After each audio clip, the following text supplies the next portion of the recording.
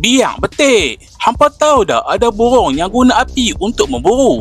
Ini ialah black kite atau firehawk. Nama saintifik dia Milvus migrans. Burung ni kalau nak jumpa tu dekat negara-negara kering dan banyak padang rumput macam Afrika, Australia dan India. Burung ni bukan biasa-biasa tau. Burung lain kalau nampak je api terus belah dari situ. Tapi depa ni pakat serbu. Masa api tengah duk menyala dan merebak tu, binatang-binatang kecil pakat kalang kabut lari habis keluar daripada sarang-sarang depa. Tunggu apa lagi? Pakat pi sambang lah sekok-sekok buat sarapan. Macam kenduri barbecue. Kalau tak banyak mangsa, depa tak putus asa. Black kite ni akan kutip ranting-ranting hak duk terbakar lagi tu. Bawa pi tempat baru. Depa cari tempat yang ada banyak sarang-sarang binatang-binatang macam arnab, tikus dan cicak. Kawasan semak lah. Lepas tu depa pi lempak kat situ. Noh, tak pasal-pasal jadi kebakaran baru. Memang depa ni betul-betul ikon pemanasan global. Memang power no